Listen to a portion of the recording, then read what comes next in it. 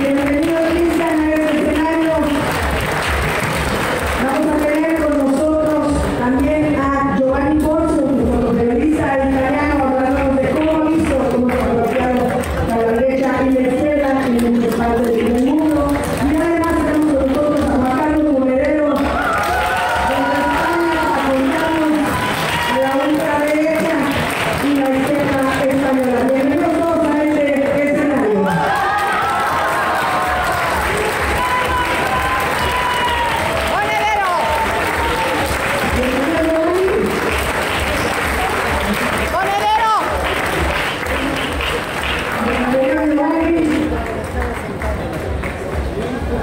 Le dejo el micrófono y empezamos con Cristian Rodríguez. Me lo hubiera faltado. Me hubieran hecho su nota. O sea, pensé que decía yo también. Se fue. Muy buenas noches. Buenas tardes. Si yo hubiera sabido la cantidad de gente que venía a ver a Monedero, impresionante las calles de México, ¿no? No. De Ciudad de México, 3 horas para llegar. No, sí. Muy bien, Juan Carlos. Nosotros vamos a tratar de hacer algún aporte. Después cierra seguramente Juan Carlos y ya está claro lo que está pasando con la derecha y con la izquierda del mundo.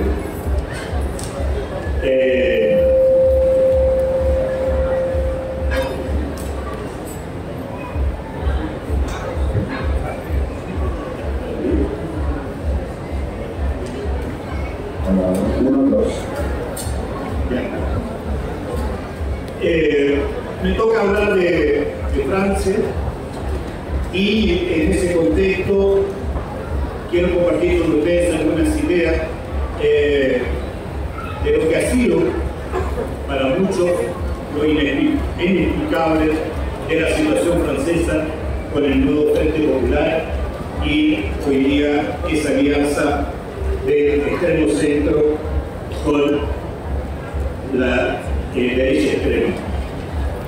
Primero que nada quiero dar mis agradecimientos a los organizadores de esta feria. Es una feria maravillosa, magnífica, bella. Es una feria que explica muy bien por qué ustedes están en ese bello proyecto de la Cuarta Transformación. Aquí hay miles de manos que trabajan en esta feria y yo quería partir dándoles un homenaje agradecido. Yo creo que se merece un fuerte aplauso estos organizadores de esta feria. Muchas gracias a Paco, a Marina, a todo el mundo. Después quiero agradecer al pueblo mexicano por su victoria y por la derrota al odio de la extrema derecha. Ustedes no saben cuánto bien nos hace para Europa, para Francia, esta victoria de ustedes. Muchas gracias, pueblo mexicano, por lo que han hecho y por lo que están haciendo. Por supuesto que AMLO, ayer y Claudio Díaz merecen todo nuestro cariño y he visto en todas partes que ustedes AMLO está siempre presente, estará siempre presente y Claudia con toda la fuerza y Díaz con la fuerza de ustedes. Pues bien, vengo de un continente en guerra. Un continente en guerra donde Ucrania es la derrota militar del occidente con la OTAN en su cabeza. Vengo de un continente en donde Gaza es la derrota moral del occidente, llamado occidente, que condena con su doble moral la guerra en Ucrania, pero frente a Netanyahu, ese mesiánico de extrema derecha, ejerce un genocidio en Palestina y en el Líbano bajo un silencio absolutamente cómplice de las potencias y sobre todo de esa Unión Europea. Una Unión Europea que no es ni más ni menos que la unión de capitales, es lo que hemos llamado nosotros una reunión de arquitectos del capitalismo globalizador. Vengo de una guerra en Ucrania donde el objetivo no es ganar, sino prolongar la guerra para seguir consumiendo armas para la carrera armamentista, donde cada uno de los presidentes de esos países de Europa se han transformado en mercaderes de tanques supersónicos, el mejor armamento, el mejor helicóptero, la mejor bomba para destruir. Todos esos presidentes de esa Unión Europea son parte de esa guerra armamentista y nos da mucha vergüenza decirlo. Somos parte, venimos en ese estado de esa decadencia europea, donde la presidenta, la señora que ustedes conocen, presidenta de la Comisión Europea, se felicita de que por fin Europa cuenta con campos de deportación para centros de retorno fuera de la Unión Europea. Ténganse presente esa palabra, centros de deportación, para que ningún extranjero, ningún migrante entre a Europa, siguiendo el ejemplo de lo que negoció Italia con Albania y lo que Turquía hace con respecto a los migrantes de la Unión Europea. Ignorando la guerra, la política económica impuesta por el FMI, la Banca Mundial, con el saqueo de los recursos naturales en África y Oriente Medio, y empujando a millones de amigos que quería llegar, que ustedes van a reconocer como el feminismo. Cambian de nombre hace muchas décadas, pero al final son lo mismo. El mismo padre, la misma hija, la misma familia. Ahora, esa victoria que fue producto de una movilización también muy importante, producto de un acuerdo que se logra en 48 horas con el conjunto de fuerzas políticas y con la aumentación del 20% de los abstencionistas, ese tsunami logró detenerlo. Sin embargo, el extremo centro, el centro extrema, niega el voto popular y cede la dirección de la conducción de la política interna al primer ministro del 5.4%, que es el ministro Barnier. Y esto lo logran bajo un acuerdo secreto en conversación con la extrema derecha, el centro extremo, la republicana, el Partido Republicano y la extrema derecha. Y el acuerdo es no votar la censura. No votar la censura cuando se presente el gobierno de Barnier frente a la Asamblea Nacional. A escondidas, a espaldas del pueblo, es así este gobierno hoy día el que está gobernando. No se explica la llegada del nuevo Frente Popular si no es el resultado de un largo camino que empieza desde el 2012 hasta el 2022. No voy a entrar en cifras, pero es importante saber que el comienzo y el nacimiento y la profundización de esta victoria es un resultado que se construye desde 2012 con un frente de izquierda con Mélenchon a la cabeza haciendo un 11%, después en el año 22 logrando un 22%. Un 22% que es la sumatoria de una larga ruta iniciada de unidad, de movilización y de construcción de la unidad de nuestro pueblo frente a la política neoliberal. En ese sentido, el movimiento que se ha generado y que ha ganado espacio es gracias a dos cosas que nos parecen fundamentales. Primero, un programa de poder y un candidato. Ustedes saben que en la Quinta República Francesa, que es lo que existe ahora, es un régimen semi-parlamentario, semi-presidencial, donde es importante señalar que hay un solo líder. Y es un solo líder, quiere decir. Eso es lo que hace la consecuencia de la Quinta República. Ahora, ¿por qué no llegamos el 2022? ¿Por qué solo logramos 22%? fue donde nos faltaron los 400.000 votos de diferencia, fue porque la unidad jugó en contra y muchos de los que nos apoyaban partieron solos, fundamentalmente el Partido Comunista, que sale de esta alianza de Unión Popular y logran llegar con un 2.2 equivalen a 800.000 votos. A nosotros nos faltaron 400.000 votos para sacar a Marine Le Pen, para eliminar el fascismo y para haber podido gobernar. Ustedes conocen después la historia, hay un llamado a elecciones europeas. Las elecciones europeas son muy importantes para muchos, pero provocan la abstención de muchos porque la política no se ve que sea importante y necesaria. ¿Y qué pasa en esas elecciones europeas? La extrema derecha sale a la cabeza con un 32% de los votos.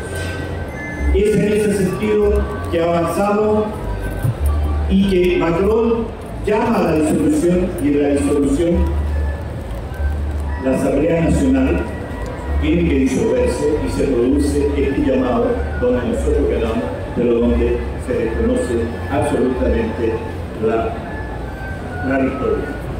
Ahora, la reflexión es que quisiera compartir en esta parte sobre izquierda en Europa y derecha en Europa es que hoy día, desde la izquierda, ¿quién logra 22% en Europa? ¿Qué fuerza política logra llegar con 22% cuando hay mucha soledad, cuando hay ausencia de exclusión y aniquilamiento de las izquierdas, cuando hay ausencia de movimientos sociales importantes? ¿Quién aplica a ultranza las políticas neoliberales hoy día en Europa? ¿Qué es ese Estado, qué es ese fascismo, sino más bien el Estado superior del neoliberalismo?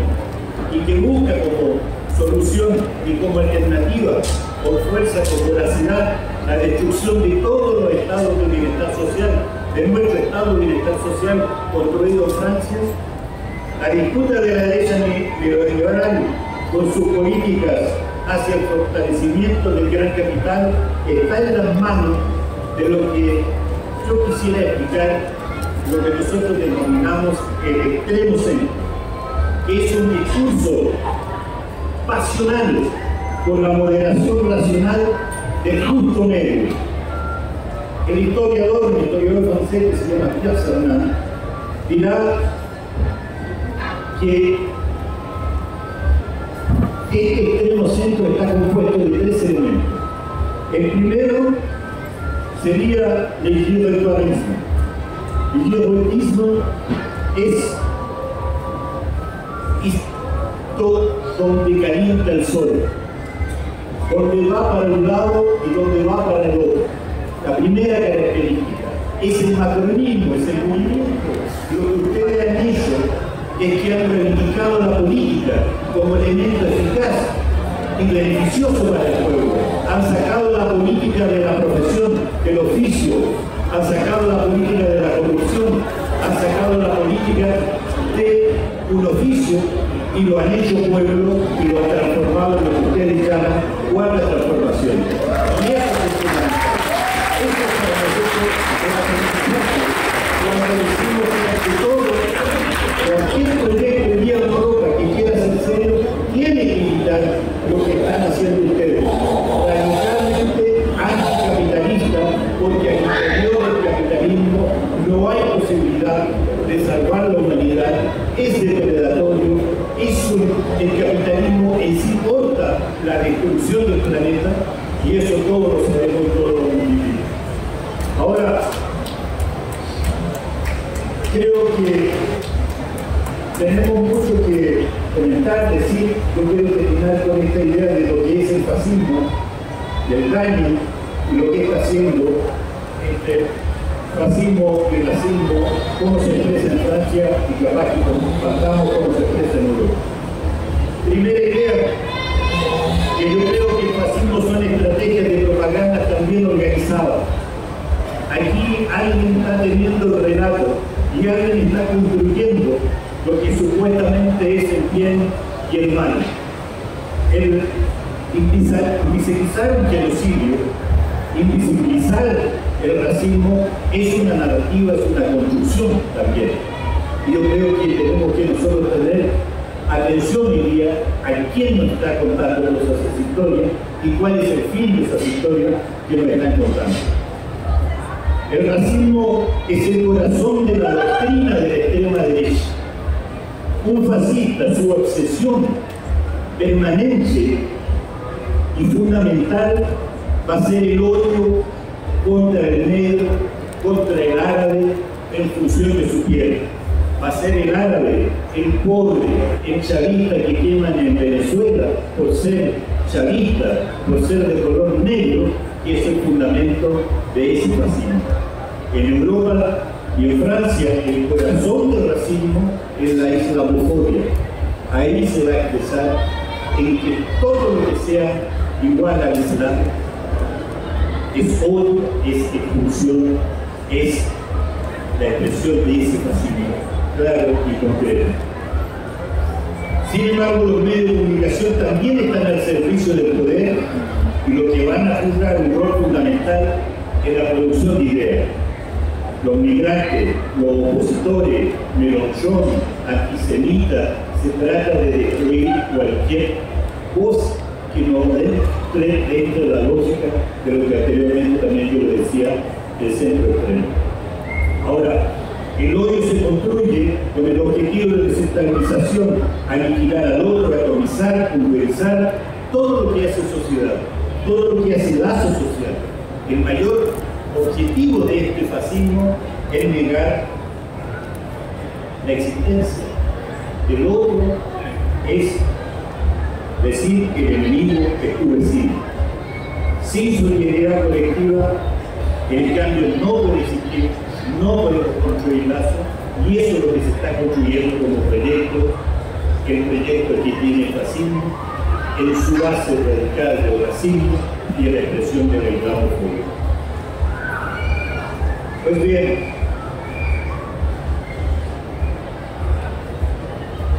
yo quisiera decir que necesitamos reafirmar que la política es de todos, para y por todos.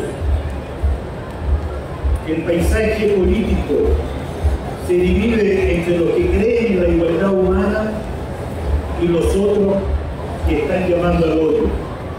Ustedes tienen con mucha fuerza esto del universal humanismo, el humanismo universal.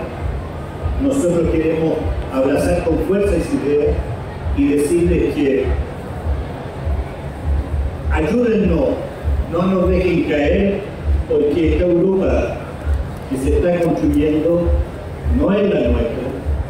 Sin embargo, lo que ustedes están haciendo, quisiéramos hacerlo nuestro para poder derrotar el fascismo en Europa y en Europa. Muchas gracias.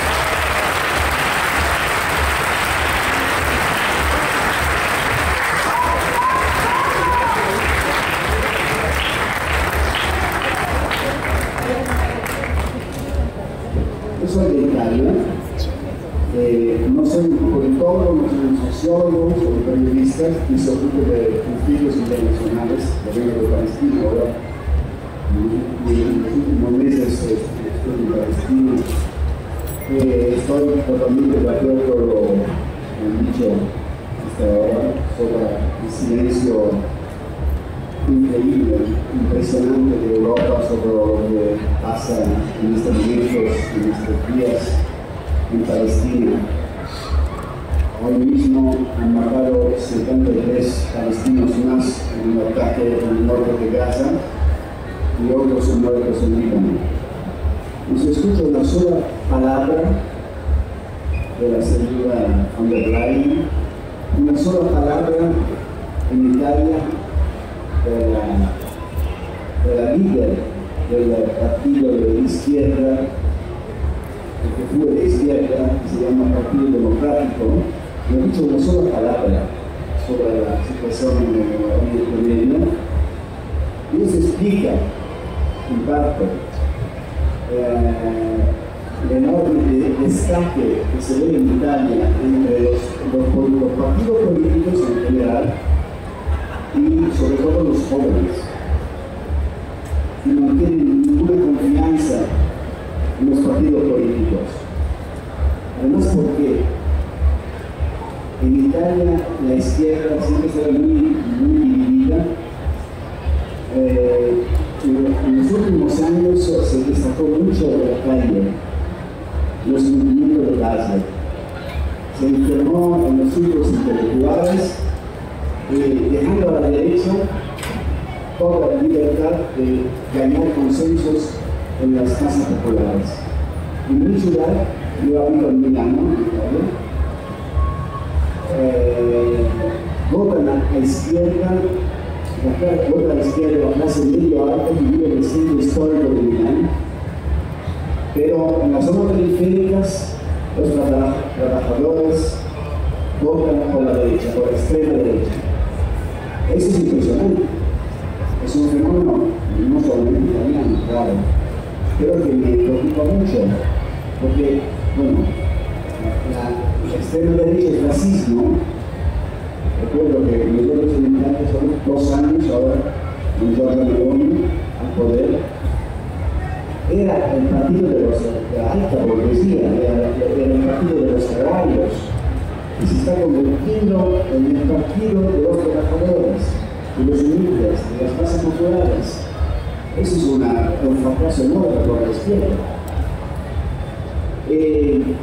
Por ejemplo, hace 2 días al Film Festival de Roma se inauguró este festival muy importante con un film, con una película sobre Enrico Berlinguer. Enrico Berlinguer fue secretario general del Partido Comunista Italiano, muy popular. Cuando el Partido Comunista Italiano destacaba, tenía un 35% de los votos en Italia, es el partido mayoritario.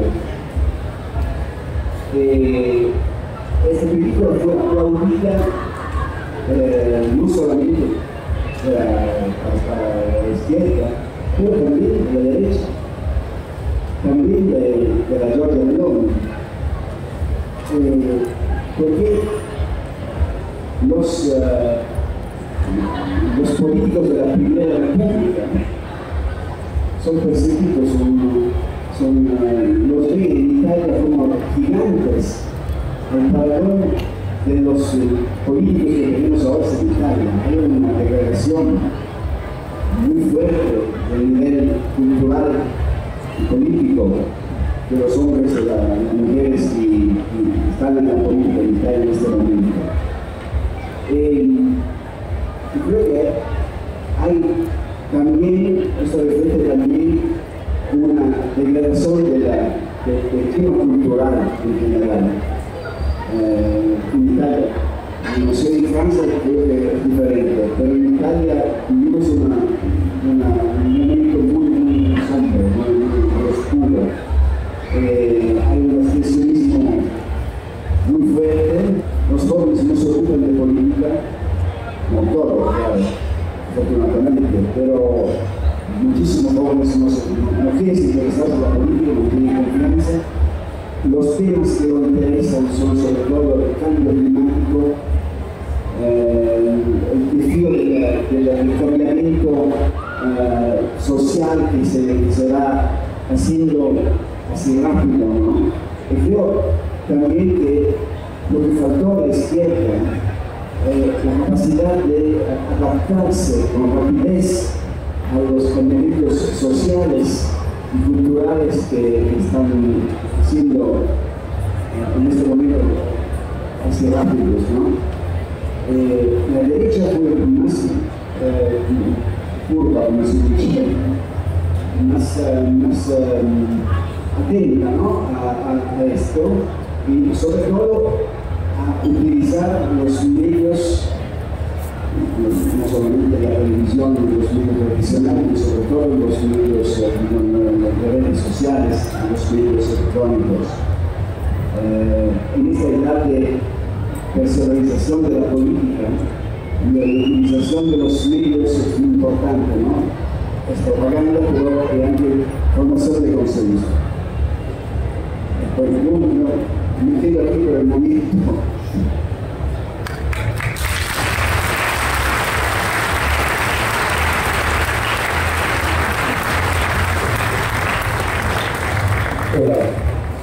Hola, popular.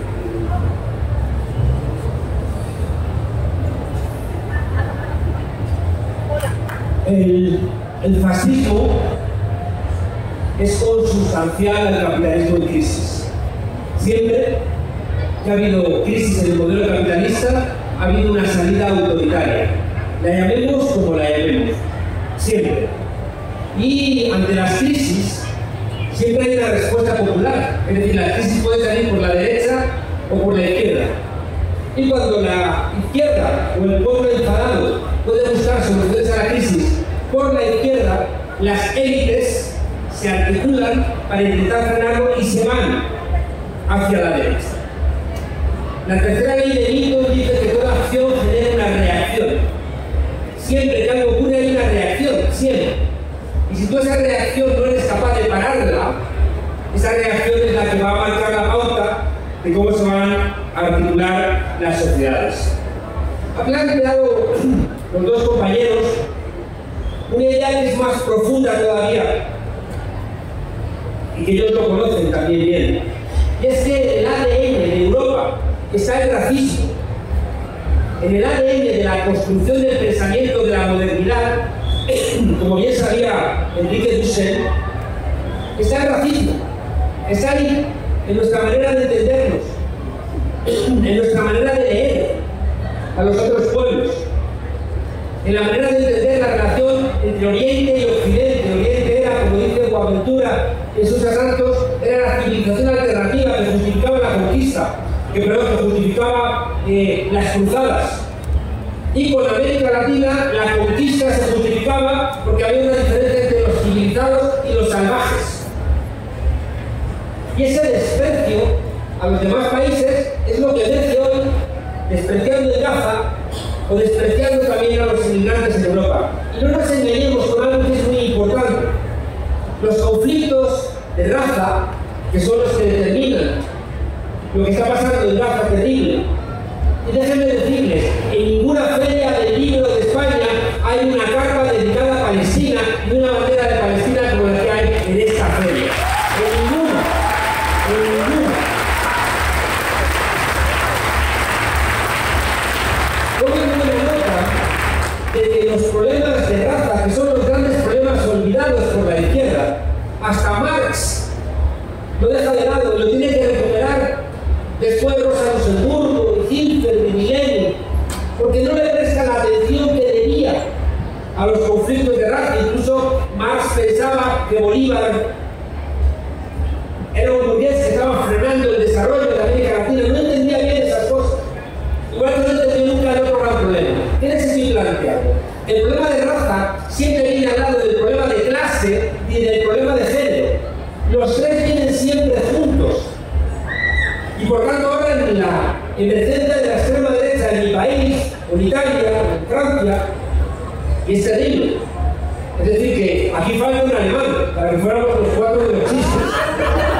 No un francés, un italiano, un alemán, un español, y la jode.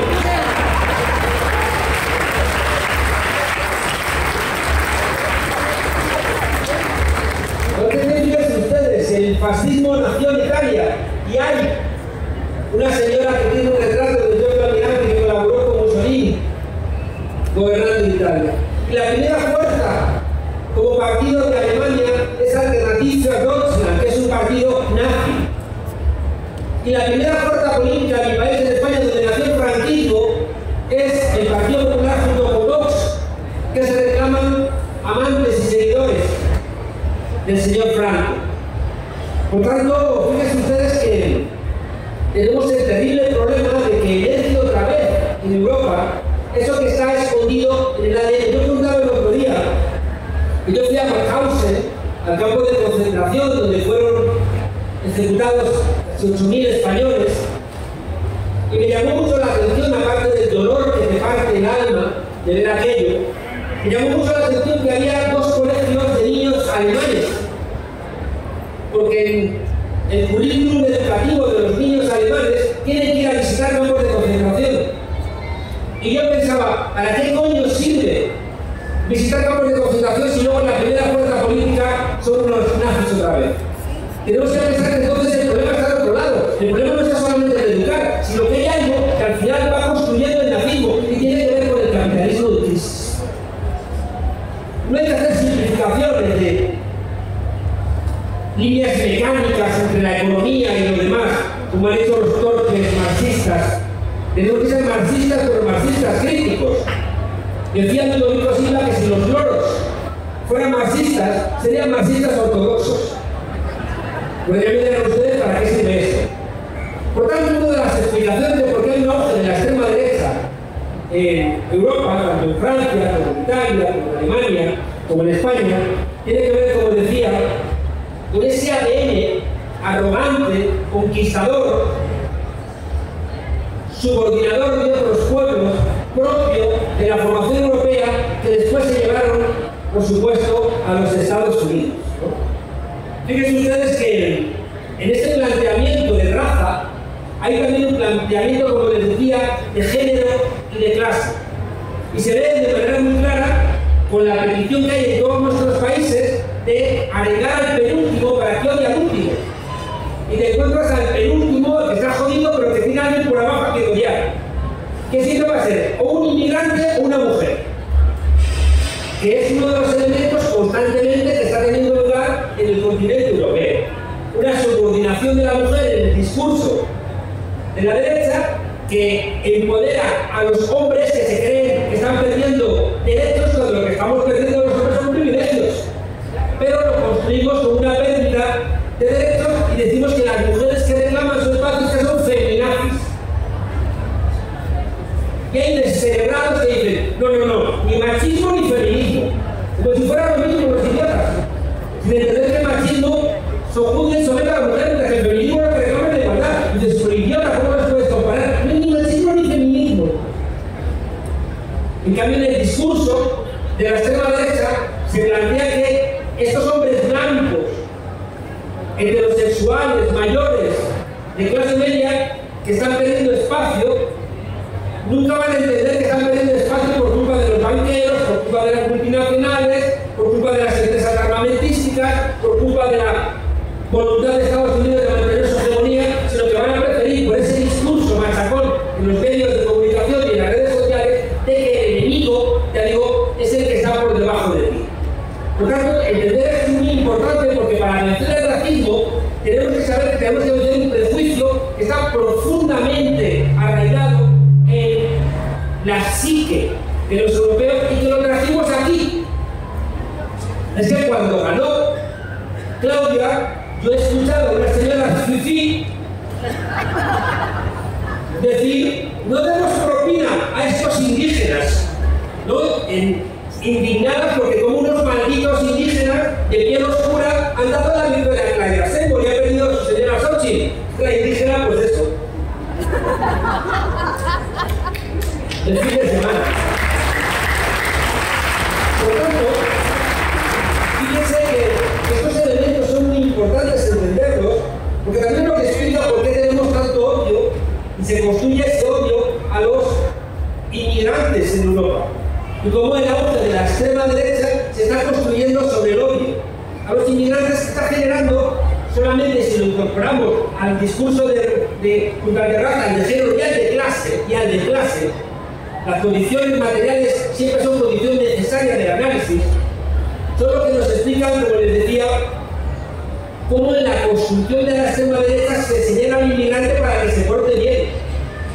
Cómo se justifican invasiones. Cómo se justifica mantener la hegemonía norteamericana que incluye conquistas para mantener un privilegio y un status quo que tiene detrás, ya digo, un elemento siempre mezclado de clase, de género y de raza. Fíjense ustedes las contradicciones que estamos viviendo en Europa, que la extrema derecha, que siempre ha sido antisemita, la extrema derecha que siempre, por la raíz católica o cristiana de Europa, decía que los judíos eran los que habían crucificado a Jesucristo. Y los judíos siempre han sido como el mal. Y en Europa siempre ha habido pogromos y se ha perseguido a los judíos y el holocausto, que es una realidad europea. Qué dolor que el pueblo que sufrió el holocausto hoy está infligiendo al pueblo palestino un holocausto. Qué vergüenza, qué vergüenza. Pero les decía que es curioso que la extrema derecha, que siempre ha sido antisemita, hoy apoya a Netanyahu. ¿Quién demonios se entiende esto? O sea, ¿cómo nos explicamos que la ideología de extrema derecha, que siempre se ha metido con Soros, que se ha metido con Marx, con judíos, que siempre ha criticado a los judíos como los enemigos de la civilización cristiana, ahora estén permitiendo al Netanyahu cualquier tipo de barbaridad? ¿Por qué ocurre esto? Porque también hay un elemento de clase y la extrema derecha sabe quién le apoya en sus intereses económicos. Porque en Gaza no solamente están acabando con los palestinos por una cuestión de raza, sino también por una cuestión de clase, porque se quieren quedar con los gasoductos, se quieren quedar con el gas, se quieren quedar con las riquezas que tiene Palestina. Igual que cuando atacan a Venezuela, les interesa una mierda, con perdón, los derechos humanos, porque no dicen nada ni de Arabia Saudí, ni de Qatar, ni de Marruecos. Lo que les interesa de Venezuela es las mayores reservas de petróleo del mundo. Y no seamos ingenuos, es lo único que les interesa a estos sinvergüenzas. Y nos lo enmascaran como que hay un problema de derechos humanos, que no se interesan los derechos humanos nada, nunca, nunca.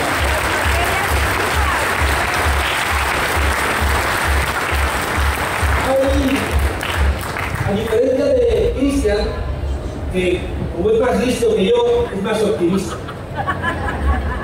Yo soy un optimista trágico, o un pesimista esperanzado.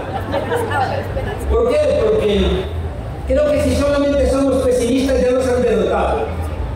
El pesimismo ahora mismo es la enfermedad europea. Tenemos razones para ser pesimistas porque está la cosa jodida. Pero si nos quedamos en el pesimismo, creo que no vamos a avanzar. Y déjenme decirles que aquí hay un elemento que marca una gran diferencia entre lo que está pasando en América Latina, que es un continente en disputa, donde hay una parte de izquierda que ya no baja del 40%, porque los gobiernos de cambio le dieron la dignidad otra vez a los pueblos. A veces se despistan, a veces hay errores de la izquierda y regresa a la derecha, como en muchos países, pero hay un suelo ya construido. Y cuando tú trabajas bien sobre ese suelo construido, pues ocurre como ocurre en México, que como bien planteaban mis compañeros, ahora mismo es el faro de la izquierda en todo el mundo. No porque ustedes estén mejor, no porque ustedes estén mejor que muchos países del mundo, que no están mejor que muchos países del mundo. No es verdad. Si ustedes piensan que en 6 años van a solventar los problemas de 100 años, van a caer ustedes en la melancolía. En 6 años no van a solventar ustedes ni en 12. Las inercias de 200 años del gobierno de 30 familias que han mandado en México, con total impunidad.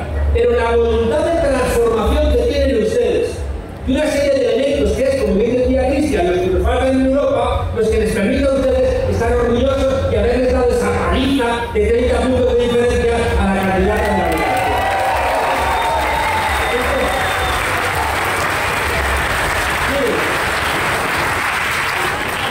Decía Montaigne, un ensayista francés, que da igual que uno crea o no crea en Dios. Él decía, eso es irrelevante. Lo relevante es actuar como si Dios existiera. Porque si actúas como si Dios existiera, tu comportamiento es más decente que si piensas que no existe. Y por tanto él planteaba que dale esa libertad de pensar que existe. Bueno, yo hago lo mismo. Yo creo que tenemos ahora mismo una noche en Europa terrible, y que si veo el resultado de lo que pasa en Italia, de lo que pasa en Alemania, de lo que pasa en Francia, de lo que pasa en todos nuestros países, aunque le hayamos parado los pies a la extrema derecha, pero le hemos parado los pies un poquito. Y si no damos una respuesta a esa gente que ya ha parado los pies a la extrema derecha, en las siguientes elecciones va a votar a la extrema derecha. Porque parece que no estamos entendiendo los problemas. Y por eso les decía que yo soy un pesimista, pero un pesimista esperanzado. Porque hay algo que vengo repitiendo y no lo he aprendido en los libros, lo he aprendido en la vida.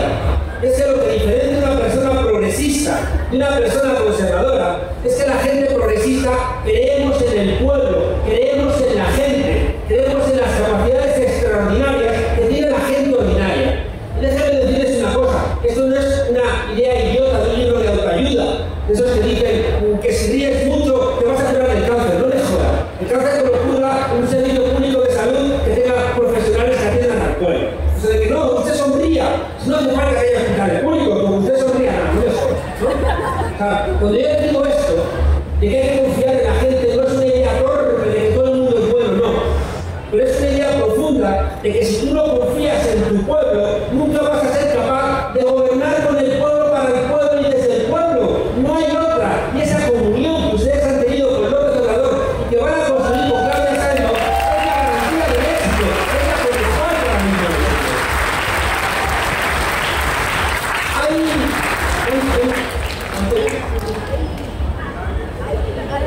¿Puedo hablar?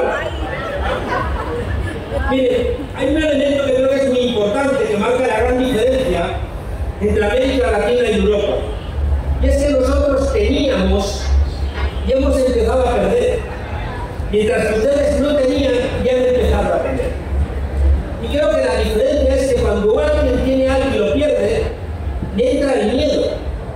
El miedo hoy es de las dos grandes pasiones que hablaba Spinoza, un filósofo sefardí, judío sefardí, que decía que las dos grandes pasiones de los seres humanos es el miedo y la esperanza. El miedo es el caldo de cultivo de la extrema derecha, mientras que la esperanza es el caldo de cultivo de la izquierda, de la progresía, de la gente que quiere avanzar.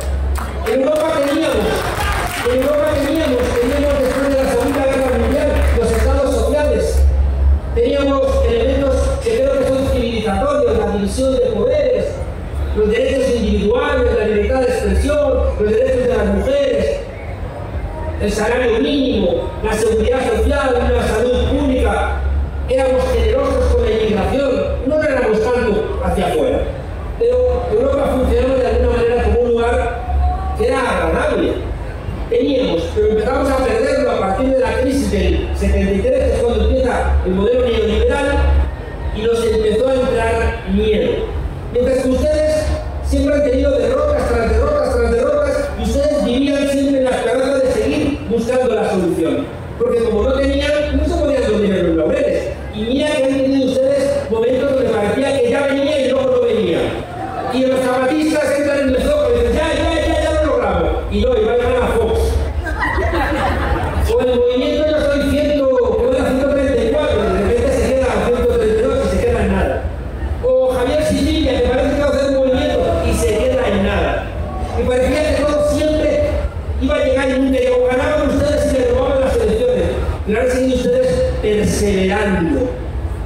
En esa perseverancia creo que está la razón profunda que moviliza esa perseverancia, que era la esperanza. Y por eso están ustedes tan contentos y nosotros tan tristes.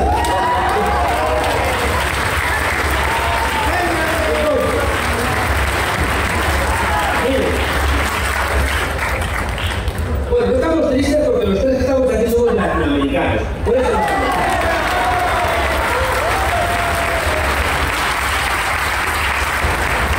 Bueno, pues dejar algo ordenado, ¿no? Porque bien, uno mira al cielo y ve muchas estrellas, y para entender el cielo lo que hacemos es dibujar constelaciones. Y es en ese dibujo de la constelación donde encontramos sentido a las cosas. Y nosotros, los científicos sociales, me muevo mucho y vuelvo locos a lo de las cámaras. Perdón. Y eso que todavía no he empezado a bailar. Yo siempre digo que hay tres latinoamericanos que nunca han sabido bailar, que eran el Che Guevara, Hugo Chávez y yo. Bueno, a lo que iba. Quiero darles unas claves que es como la constelación para intentar entender la situación de España, la situación de nuestros países. La primera es que tuvimos movimiento social en Europa. Porque hay algo que tienen que tener muy claro, no se les olvide. Primero es el movimiento social y luego es el partido. Hay gente que cree que es al revés, que de repente tú puedes desde arriba montar el partido, es mentira. Existe Morena porque había antes un movimiento social, si no, no existiría Morena. No es así. Igual que nosotros tuvimos el movimiento social de la UCM, el movimiento de los indignados, y luego vino Podemos. Y cuando se nos olvidó el movimiento, nos fue mal. Y si Morena se olvida del movimiento, no le va a ir bien. Por eso es tan importante que Morena mantenga esa condición de partido, movimiento. Porque si te olvidas del movimiento, son como las ramas que se alejan mucho del tronco, que se secan. Y no queremos que Morena se seque, porque Morena es uno de los los partidos, movimientos más importantes del mundo. Y es la garantía también de que el segundo piso de la 4T vaya por buen camino. Decía que tuvimos un enorme movimiento en la Segunda Guerra Mundial, o sea, hubo una guerra, porque hubo un movimiento que confrontó al fascismo. Si el fascismo hubiera triunfado, no habría habido guerra. Hay guerra como en España, hubo un golpe de Estado, y hubo guerra porque el golpe de Estado fracasó. Y en Europa hubo guerra porque no dejamos que el fascismo creciera. Por cierto, déjenme que apuntar una cosita de orgullo, porque cuando fui el otro día a la Asamblea Legislativa, a la toma de posesión de Claudio Sáenz, y ahí, al lado de Madero, de Villa, de Zapata, de Flores Magón, vi al exilio republicano español, me llené de orgullo, porque en España les costó 3 años entrar, les costó 3 años y 200.000 fusilados.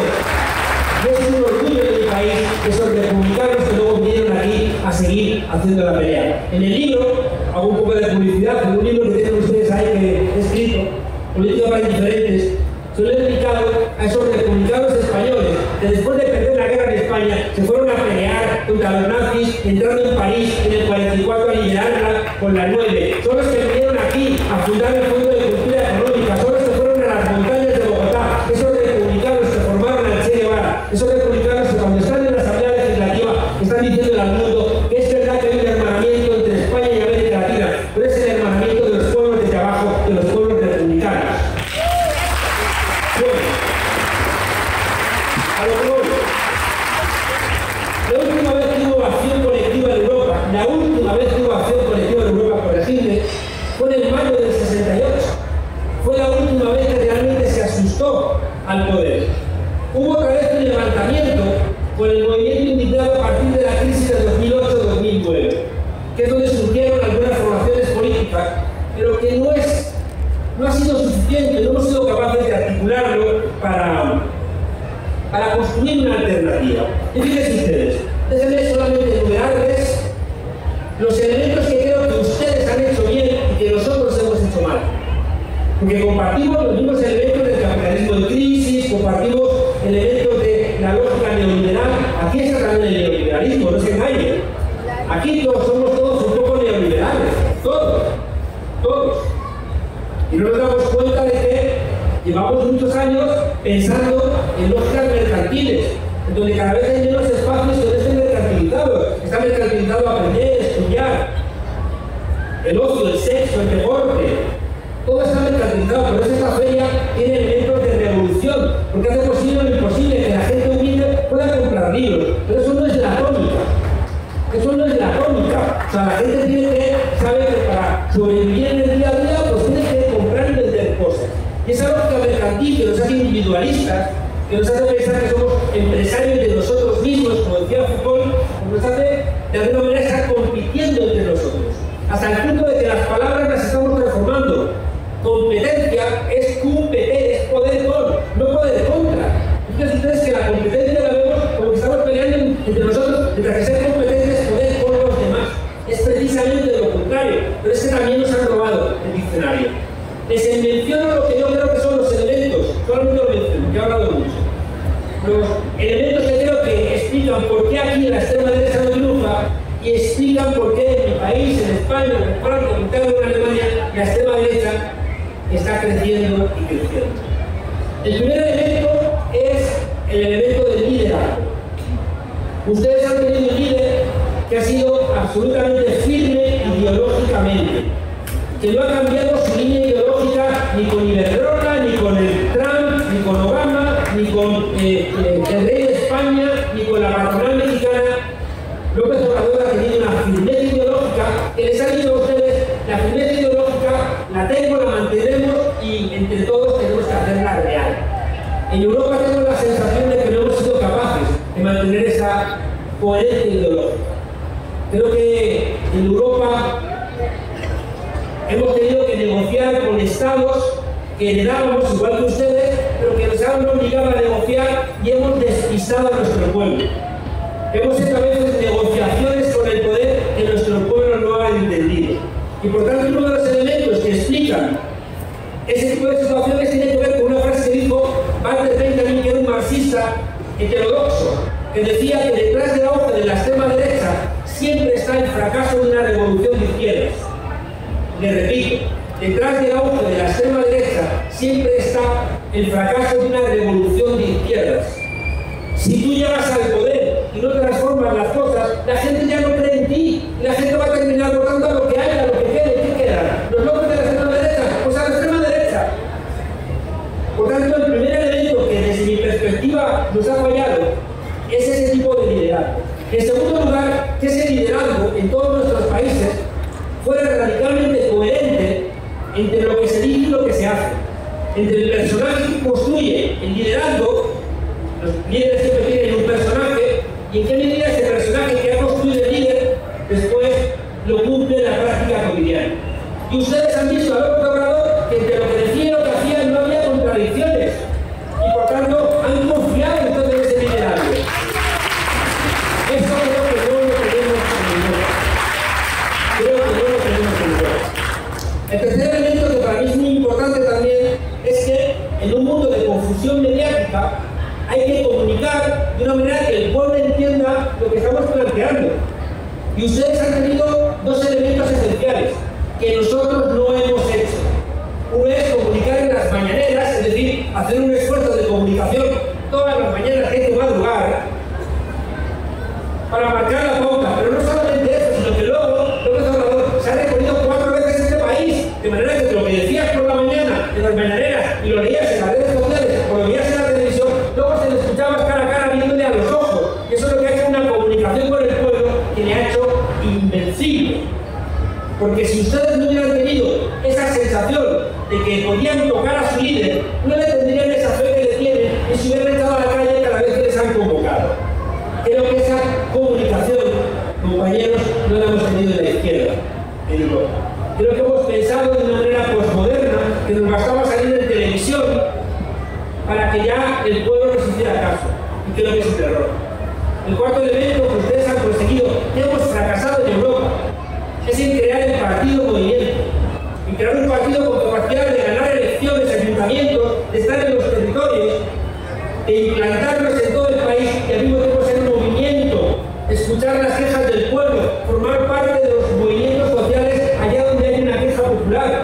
Y que no nos vean como burócratas, que somos del partido y que vamos al movimiento social a decirle cómo puedo representaros. No. El partido movimiento es una cosa mucho más entreverada, entremezclada, mucho más compleja, mucho más complicada también de llevar a cabo. El fracaso, tomen nota de esto, por favor. El fracaso en todos nuestros países y en América Latina de los gobiernos de izquierda es el fracaso de no haber construido partidos movimiento. Partidos movimiento que actúen como integrador de la mayoría de nuestros países. Ustedes lo han hecho, y donde no se ha hecho, ha fracasado el partido y luego ha fracasado el gobierno. En Bolivia, en Ecuador, en Argentina, en España, etc. Y fíjense, para que vean que esto que les digo es cierto, es que son ustedes el único país que ha hecho una sucesión como Dios manda. Es decir, que ustedes han creado una encuesta de manera que han entendido por fin que el que ganase no podía ganarlo todo y que los que perdían no podían perder todo. De manera que quien ganó la encuesta es la presidenta y los demás que participaron tienen cargos y no se han ido de Morena y siguen remando a favor de Morena, evitando que se fueran del partido a generar otras fracciones y que por tanto Morena fuera mucho más débil de lo que es. Eso también tiene sus riesgos, eso también tiene sus desafíos, pero sería mucho peor que ustedes estuvieran quebrados. Decía un líder norteamericano que incorporó una vez a alguien que no gustaba mucho en el Partido Demócrata, le dijo a su equipo: ¿qué preferís? ¿Que esa persona esté dentro de la tienda mirando hacia afuera o que esté fuera de la tienda mirando para adentro? El partido movimiento es la garantía, lleno de complejidades, de que los cambios estructurales que hay que poner en marcha los haces en diálogo con el pueblo. No es la línea leninista clásica que te baja línea desde arriba. Pues es que la 4T se la dijo un paisano a López Obrador en una de sus visitas. Él es el que tiene la oreja para escuchar, igual que lo que tiene que hacer ahora Claudia. Ir a los lugares y escuchar al pueblo. Y les decía al comienzo de la charla, si no confías en el pueblo, tienes que ir a tu casa o vete. con la derecha, porque entonces en la izquierda no tienes espacio. Lo penúltimo que nosotros no hemos hecho es gobernar para las mayorías. Hemos entrado en los gobiernos y no hemos dado respuesta a las reclamaciones populares. Hemos hecho pequeños parches y ahí hemos fracasado. Ahí en esos pequeños parches no nos hemos dado cuenta, por un lado, de que el Partido Socialista en Europa, la socialdemocracia europea, está más cerca del establishment que de la transformación. Y ese es un problema. Cuando nosotros hemos rescatado desde los movimientos sociales, desde el movimiento de los indignados, desde Podemos, hemos hecho la respiración asistida al Partido Socialista, luego el Partido Socialista se ha ido con la derecha. Y en las grandes políticas está con la derecha, y de repente les han rescatado y te traicionan. Entonces tenemos un enorme problema, como por ejemplo con la monarquía. Porque resulta que el principal valedor en España de la monarquía es el Partido Socialista, no es la derecha. Ojalá fuera solo la derecha, pero en el momento que el Partido Socialista es el que sustenta al rey Felipe VI, pues es muy complicado pelear contra eso. Luego también, como ha planteado Cristian, los ataques. Cuando tú estás en el gobierno, piensas que estás en un lugar que no les corresponde. Piensan que el gobierno es de ellos, piensan que ese palacio de enfrente es de ellos, piensan que qué hacen los patas en el suelo, las culonas y los desdentados, como dicen en el Caribe despectivamente. Piensan que cuando esa gente entra en algunos sitios les están usurpando. Es como recuerdo cuando una vez vieron a Noroña comprando, no sé qué, en el supermercado, y se indignaron. Entonces es aquí, por comprando idiota, ¿qué voy a hacer? No voy a venir a robar, eso lo hacía antes, cuando era pequeño, no tenía plata, ahora ya no. Entonces les molesta que estemos en las tiendas, que creen que son exclusivas de ellos, que estemos en sus cines, en sus teatros, que estemos en sus palacios de gobierno. Y por tanto, cuando estamos gobernando, tenemos que hacer valer realmente el poder del gobierno para que el pueblo se dé cuenta de que no tenemos miedo a los ataques. Y lo último que ustedes tienen y nosotros no hemos tenido, es que si el modelo neoliberal es un sentido común, es un sentido común que está metido en los tuétanos, necesitamos un sentido común alternativo.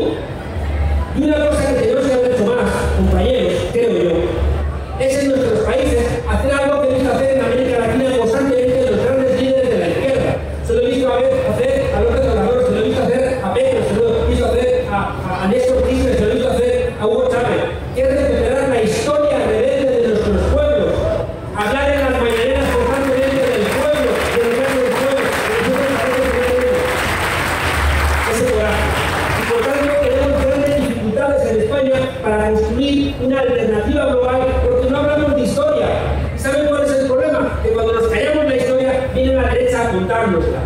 Y si de repente la izquierda tiene miedo de hablar y recuperar el levantamiento obrero de 1934, que se levantaron porque había ganado la derecha, que habían invitado a Hitler a España y querían hacer las derechas en España, acabar con la República y convertir a España en una sucursal de los nazis, y se levantó el pueblo.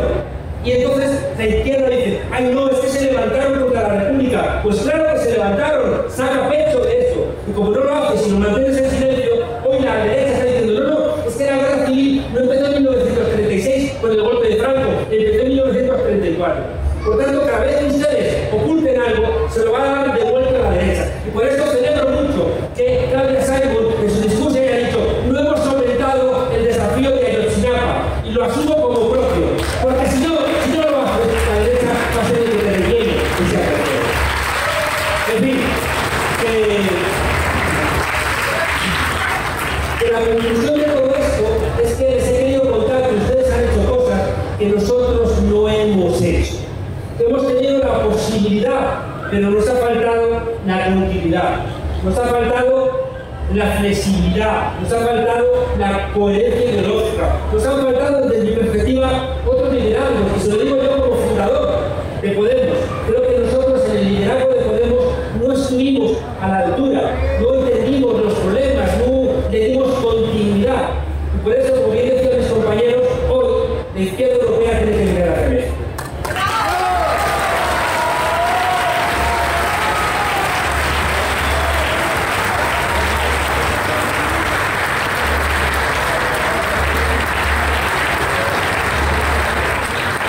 Como nunca lo hacemos, yo creo que vamos a dejar que hablen ustedes, o sea, que hagan preguntas y respuestas, y yo creo que vamos a dar la palabra, por mí. El que más sabe de libro maravilloso, Los nombres de Bolívar. Entonces, me damos la palabra. Hola, muchas gracias a los tres. Juan Carlos, yo quiero hacer una pregunta en relación de, porque ahorita se me quedé pensando, si en Europa tú planteas, en España en particular, planteas que la gente común no sigue como los pasos de la progresía de la izquierda, no será también porque hay como una ideología muy penetrante de concebirse el ciudadano común como aristócrata, o sea, la conciencia ahí en su ADN está toda la historia de los reinados y considerarse que son del imperio que dio, que nunca se terminaba de ver el sol, de casi 500 años, considerarse investirse como aristócrata. Yo viví en Inglaterra y viví la excepción como latinoamericana, mexicana, pero a la vez a la gente del tren, a mí me parecía que la gente se portaba como aristócrata y se asumía como aristócrata. Cuando son unos trabajadores que van, burócratas que van a Londres a trabajar, pueden ser de niveles altos, sí, van trajeaditos y todo, pero son trabajadores, pero con esa actitud de aristócratas de investirse, aquí diríamos, y el presidente diría, se siente los aspiracionistas, las clases medias aspiracionistas que se sienten ricos, que se sienten aristócratas, cuando, a ver que me digan dónde están sus bancos, ¿cómo no? Son propietarios de bancos, son propietarios de supermercados, son propietarios de comercios, de grandes comercios, se creen, ¿no? Se creen aristócratas, se creen muy ricos, se creen fifís y no lo son trabajadores. Y esa percepción me dio en Inglaterra al ver a los trabajadores transportarse en el transporte público, en el tren, y bueno, esa ideología, esa conciencia me parece que puede estar ahí en la conciencia de españoles, de franceses, de europeos en general, que vivieron monarquías y siguen viviéndolas. Gracias.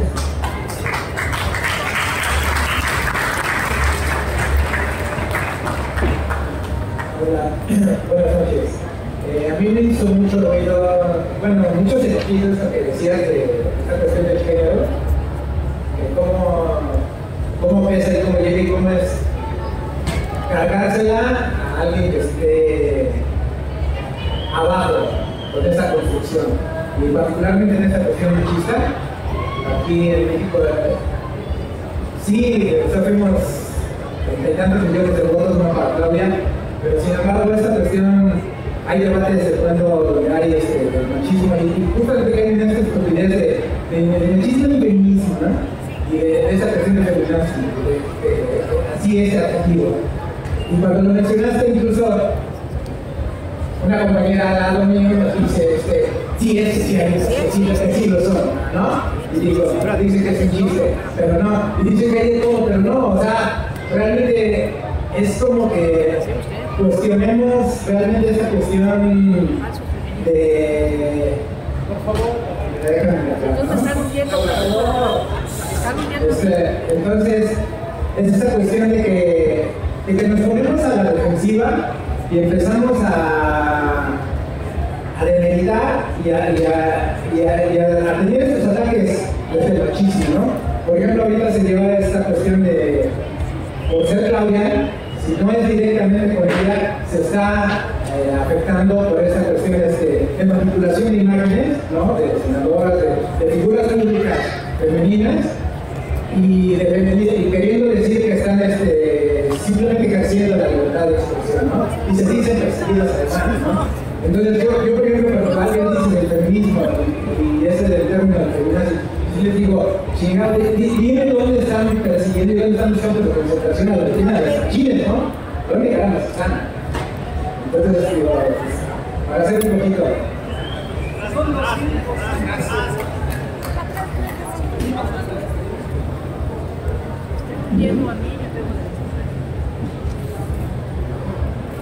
Hola, yo creo que tiene razón, ¿no? en el sentido de que sí tiene que recobrar su historia. Es decir, uno de los principios básicos del movimiento de López Obrador es recobrar la historia, ¿no? La historia de Europa es otra en comparación de América. Y una de las frases importantísimas de López Obrador es: amor con amor se paga, que viene de un gran escritor cubano que es José Martí. Entonces, tal vez no tengan un José Martí en Francia o en Italia, pero tienen los grandes anarquistas, ¿no? ¿Por qué no retomar a los anarquistas? Que ahí pueden tomar otro tipo de lenguaje, otro tipo de vocabulario que tú mencionabas, ¿no? Y otra frase de López Obrador: solo el pueblo puede salvar al pueblo.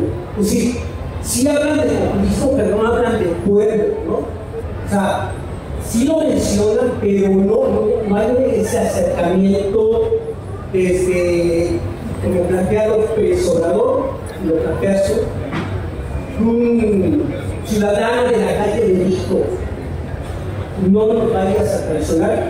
López Obrador dijo: no. Y cuando daba sus discursos, sus asambleas colectivas, donde reunía a toda la gente y hacíamos un voto popular, levantando el brazo, dándole esa confianza.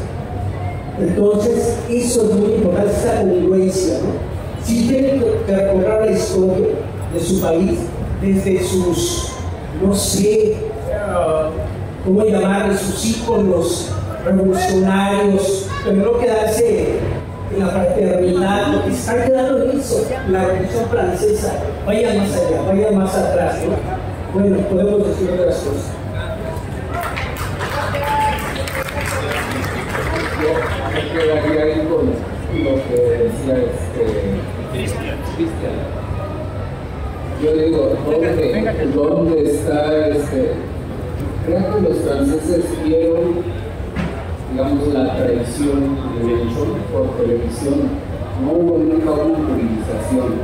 Ahorita yo oigo una teoría que no tiene nada que ver con los votantes del pueblo. Yo creo que sí necesitan movilizar a la gente para poder ser Es importante decirles a ustedes de que la guerra mediática,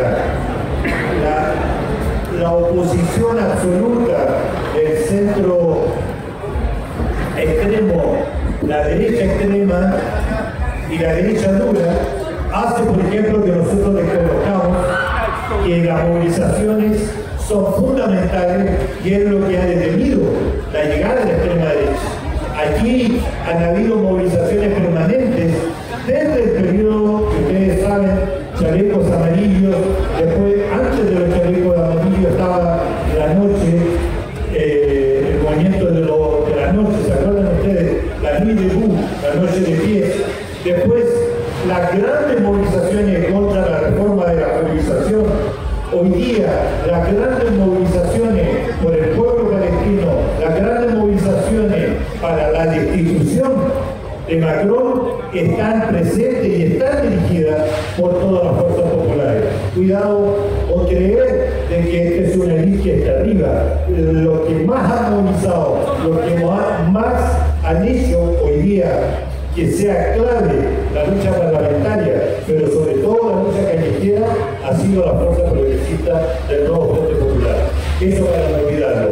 Segunda cosa que yo creo que es importante, muchos en Europa no hay que olvidarse que en los años 80 habían gobiernos de izquierdas progresistas a través de lo que eran las socialdemocracias. Teníamos a Mitterrand, teníamos a Zapatero, González, eso era la llamada progresista. Nosotros tuvimos François Hollande, que nos hizo bastante mal durante mucho tiempo, diciendo que mi enemigo era la finanza, pero que gobernó con la finanza. La traición de lo que se hacía llamar izquierda también tiene su costo profundo, y es lo que dio nacimiento, de hecho, a la Francia Suiza, porque nosotros somos hijos también de esa de ese momento de ruptura con los soi-disant partidos socialistas, con lo que se llamaban socialistas en esa época. Hay una desconstrucción pensada, orquestada, y eso yo creo que nosotros debemos, no hay ningún país que está salvándose si no es la expresión de lo que se está haciendo aquí. Me explico. Si estas ferias no existieran, el plan, la conducción de ideología pasaría por Twitter, X, que está en manos de la extrema derecha. Si no hubieran esta feria, esta incitación a leer, esta manera de compartir entre nosotros, el WhatsApp estaría diciéndole que quien ganó es el proyecto de la extrema derecha y no lo que ustedes ganaron.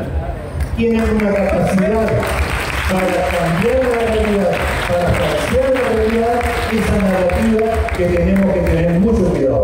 Yo estuve en Venezuela y en México, estuvimos acompañando a Claudia. Para nosotros era importantísimo que ganara México. México no podía caer en las manos de la extrema derecha. Era lo que inventan con esa frase del narco presidente, ¿se acuerdan? El narco presidente, detrás había todo un proyecto de la extrema derecha para arrancar a ustedes su victoria. Así también Venezuela. Estuvimos en Venezuela con Juan Carlos y lo que nos contaban de Venezuela, los medios, el WhatsApp, el Twitter, era absolutamente falso con lo que era la realidad. Entonces, si empezamos para tranquilizar a nuestros hijos, a darles para que se queden callados y se ocupen de otra cosa, y le pasamos esto como útil de formación, de juego, para que nos dejen tranquilos, estamos reforzando algo que es un proyecto de mentiras, odios y violencia.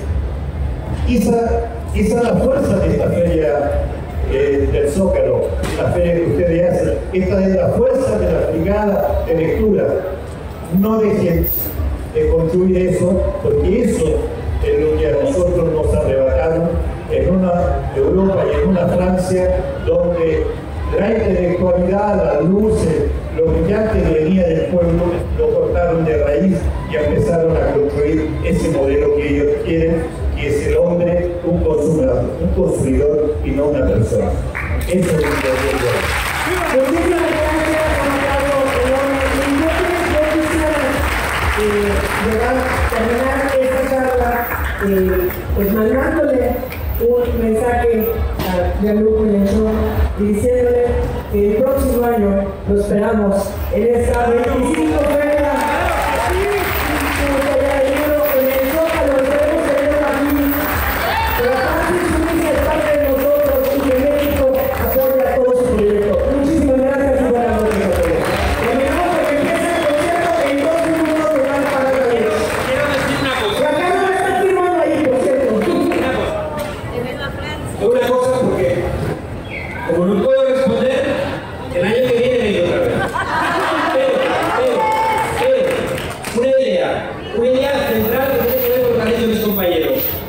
¿Ustedes creen que si no hubieran estado ustedes, el pueblo de México en la calle, hubiera salido la reforma judicial? ¿Que tenían ustedes